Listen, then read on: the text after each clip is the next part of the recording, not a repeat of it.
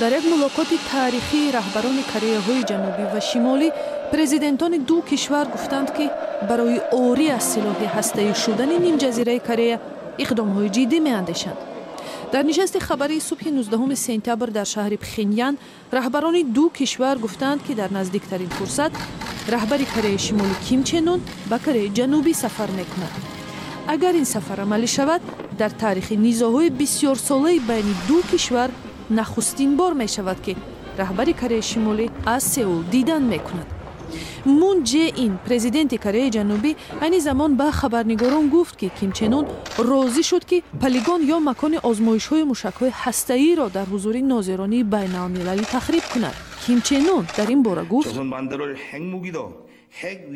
ما سازش نظامی را به امضا رساندیم که به مخالفت‌های شدید و فاجعه بار نقطه می‌گذارد و به موافقه رسیدیم که نیم جزیره کره را به یک منطقه صلح‌آمیز و بدون سلاح هسته‌ای تبدیل دهیم. جزئیات سازش میان رهبران دو کشور به خبرنگاران هم آشکار شد. در متن گفته می شود که رهبران به خلع سلاح شدن مرز مشترک که در یک دهه جایگیر بوده از جانب هر دو کشور نظارت می شود موافقت می کنند. در چارچوب این برنامه اینچنین عملیات پاککاری قلمروهای مرزی از مینه پیش بینی شده است. دو کشور گفتند که 11 پاسگاه نظارتی از منطقه خلع سلاح شده برداشته می شود. این منطقه در بین دو کشور جایگیر است.